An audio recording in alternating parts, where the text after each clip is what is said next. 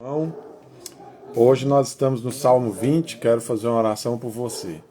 Meu Deus, Senhor, venha sobre a vida dessa pessoa que ouvirá esse vídeo, que em nome de Jesus, a sua palavra venha e cause transformação, porque ela é amada pelo Senhor e amada por nós, que o Senhor traga amor a nós, para que nós amemos como o Senhor nos amou, que em nome de Jesus toda palavra prospere e produza o resultado pelo qual o Senhor quer que ela seja enviada. Salmos 20 diz assim: que o Senhor te responda no tempo da angústia. Veja bem, o quão importante isso é, né?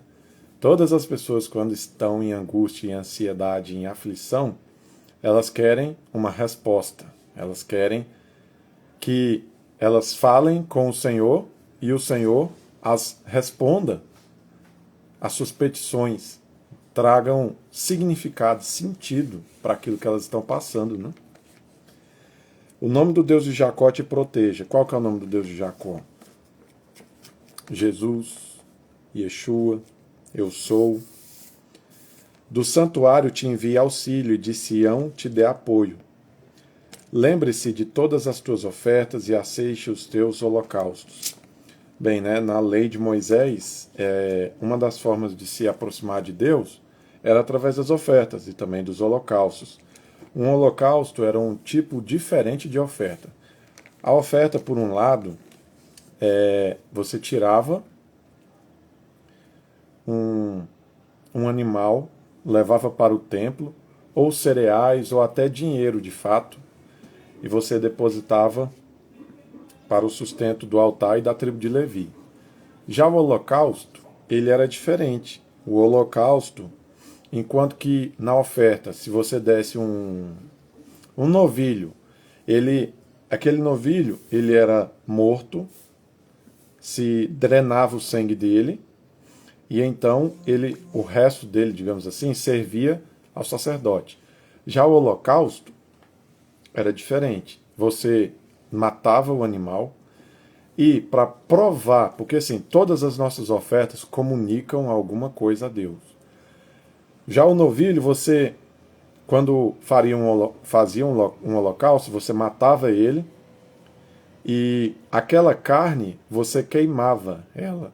Você queimava ela para simbolizar para o Senhor o seguinte: eu estou te dando isso por completo, de forma que eu mesmo não vou me beneficiar disso. Ou seja, provando que o Senhor é muito mais importante do que o conforto, porque era bem confortável você dar a oferta, vamos dizer, uma ovelha, e depois que o animal era morto, ainda se comia a carne, fazia um churrasco. Já o holocausto não, você queimava até torrar. Então, é um nível diferente de oferta, é um comunicado diferente a Deus. É aquilo que, vamos dizer, você está jejuando. Aí, enquanto você jejua, aquele prato de almoço que você ia comer, você pega, acha uma pessoa necessitada na rua e você dá para ela comer e você fica passando fome. Então, isso é uma espécie de holocausto. Era nesse sentido. A comunicação desse ato era no mesmo sentido de um holocausto. Conceda-te o desejo do teu coração e leve a efeito todos os seus planos. Toda pessoa que é carnal e hedonista ama esses versículos que dizem isso, né? Conceda-te o desejo do coração. Inclusive, eu fiz aniversário esses dias e muitas pessoas falam assim, né? Falam assim para nós: que Deus conceda o desejo do seu coração. Muitas pessoas falam assim no dia do aniversário, porque o ser humano ele tem uma vontade muito ávida de que as vontades do coração dele sejam satisfeitas, né? Mas, todavia, entretanto, a palavra de Deus diz que o nosso coração ele é desesperadamente corrupto e que ele é a fonte de toda maldade. Então, veja bem, quando nós desejamos que o desejo do nosso coração seja feito, somente aqueles desejos que estão em linha com a vontade de Deus. Aqueles que não estão em conformidade com a vontade de Deus, não devem ser feitos realmente. Por exemplo, para provar para você, pode abrir o livro de Eclesiastes. O livro de Eclesiastes está escrito assim: Eu decidi dar tudo que os meus olhos vissem e tudo que o meu coração desejasse, buscando a sabedoria. E depois ele diz: e encontrei coisa mais amarga do que a morte. Salomão foi um exemplo de pessoa hedonista que não nega nada, nenhuma das vontades do seu coração. E qual foi o resultado disso? Ele se desviou para adorar outros deuses, tornou-se um idólatra,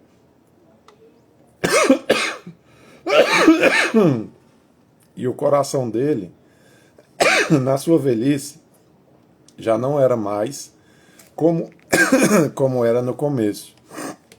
Então, se você se dedicar a satisfazer os desejos do seu coração, uma hora isso dá errado.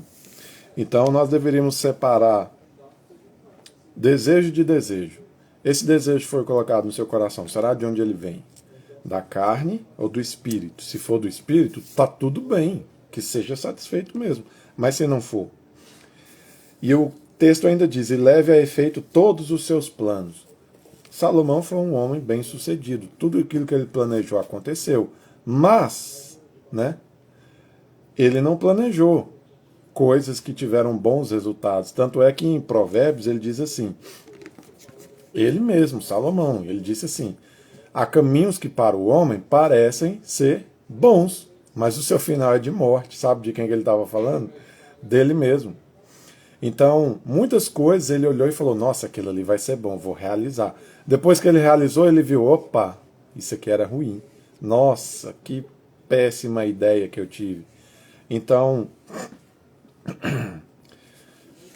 esse texto, ele contextualmente, né, ele só pode significar os planos que Deus colocou no seu coração e os desejos que Deus colocou no seu coração, não os seus próprios. Certa vez eu perguntei para uma pessoa que dizia assim: nossa, que Deus abençoe todos os meus planos e que eu consiga me formar nessa faculdade. E eu perguntei, e os planos de Deus, você já perguntou para ele quais são? Os sonhos de Deus, você já sabe quais são os sonhos que Deus tem para você realizar? E a pessoa disse: não, nunca me perguntei.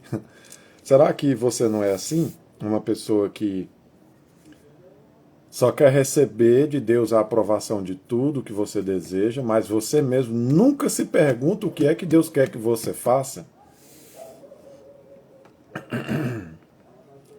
Versículo 5. Saudaremos a tua vitória com gritos de alegria e ergueremos as nossas bandeiras. Em nome do nosso Deus, que o Senhor atenda a todos os teus pedidos. Agora sei que o Senhor dará vitória ao seu ungido.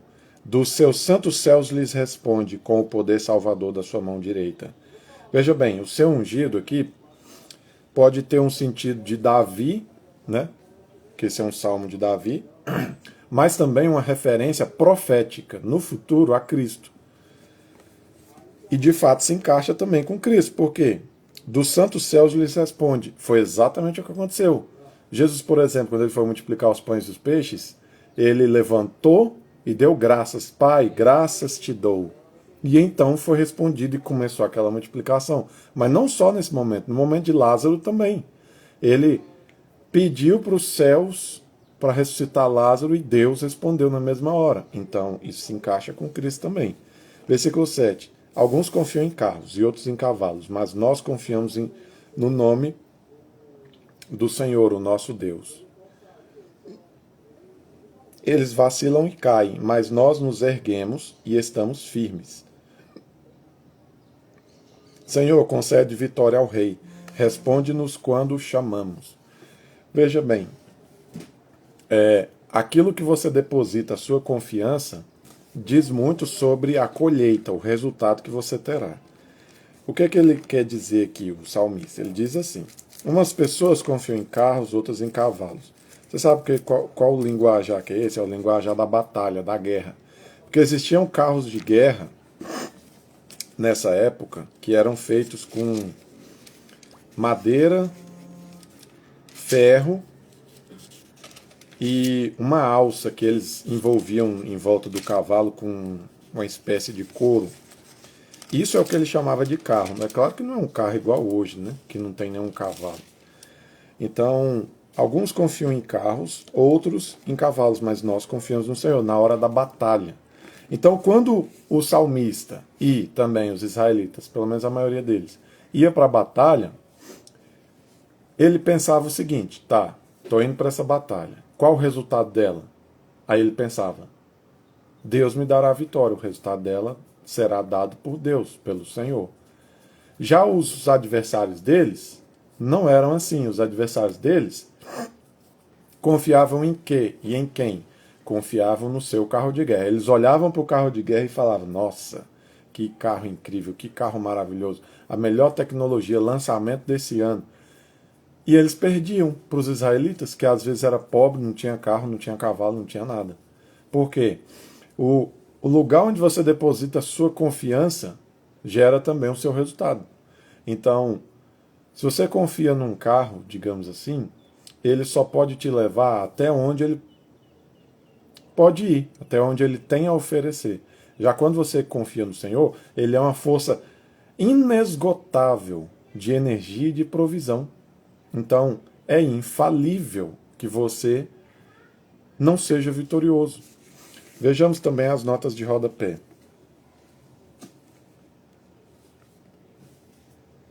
Essa é uma liturgia de oração a favor do rei, imediatamente antes dele sair à batalha contra as forças que o ameaçam, como está escrito em 2 Crônicas 20, do 1 ao 30. Então, o rei Davi, antes dele ir para a batalha, ele sempre fazia essa oração, tinha essa reflexão. Bem, estou indo para a batalha, mas eu confio no Senhor, não nos carros de guerra, ou nos cavalos, ou no armamento. Tanto é que Davi derrotou Golias com o quê? Com 2 pedras. Do 1 ao 15. O povo, talvez seu exército reunido, dirige-se ao rei, acrescentando suas orações às que ele fizer em prol da vitória. Então, eles oravam ainda, né? Os israelitas oravam antes das suas guerras. No versículo 1, atenda às suas orações feitas no meio da presente aflição, acompanhadas por sacrifício, te levando a um lugar seguro nas alturas. Você sabe o que hoje, na época da graça, significaria isso? Significaria o seguinte: ele atenta às suas orações que eram feitas seguidas de sacrifícios. Esses sacrifícios hoje seriam como se fosse o que você junta o jejum e a oração. O jejum sendo uma espécie de sacrifício, a sua oração, a sua petição. Eles faziam isso, só que diferente. Eles oravam e também sacrificavam animais para ter vitória nas batalhas. Versículo 5, na nota de rodapé: gritos de alegria em nome do nosso Deus. Bandeiras, provavelmente os estandes das tropas ao redor das quais as unidades militares se congregavam. Nessas épocas, tinham agrupamentos militares. Vamos dizer que colocasse ali 100 soldados e talvez um com um cavalo, e eles tinham uma bandeira enorme, bandeira representando geralmente Israel. Então, na guerra, tinha essa exibição de glamour, de força através das bandeiras, ou de pertencimento, né? Versículo 6. O participante da liturgia, talvez um levita, declara a certeza de que será atendida a oração do seu rei ungido, o rei nomeado pelo Senhor para governar no seu nome, que é Davi. Davi foi nomeado no nome do Senhor, mas também representa a Cristo. Então, digamos que tem 2 sentidos: um literal e no passado, que já se cumpriu, e outro futuro, que também já se cumpriu hoje, mas não nessa época. Porque isso aqui foi escrito muito antes de Cristo ter vindo ao mundo. Versículos 7 e 8. O exército reconhece sua confiança no Senhor mais do que nas forças de cavalaria blindada. É possível que o inimigo tivesse o reforço dessas tropas tão temidas. E essa foi uma confissão semelhante à confissão de Davi quando ele foi enfrentar Golias. E o versículo 9, petição final do exército: responde-nos quando chamamos. O salmo termina do mesmo modo que começou. Então, é muito bom quando a gente chama o Senhor e ao mesmo tempo ele responde. Teve um domingo desses que eu estava no culto fazendo uma oração e Depois de poucos minutos, Deus respondeu minha oração e eu fiquei extremamente feliz. E, de fato, como o salmista diz nesse salmo, quando o Senhor nos responde exatamente quando nós chamamos, isso é muito bom. Senhor, meu Pai, que todas essas pessoas que assistirem esse vídeo, elas possam, como igreja, confiar em Ti. Que o Senhor gere confiança no coração delas, para que elas depositem a esperança no único que é eterno e todo-poderoso. O seu nome é El Shaddai, aquele que tem todo o poder, em cima na terra e embaixo nos céus, em toda a criação. Que em nome de Jesus eles possam chamá-lo pelo seu nome, confiar nesse nome, diante das circunstâncias e dificuldades. Assim seja, no nome de Jesus.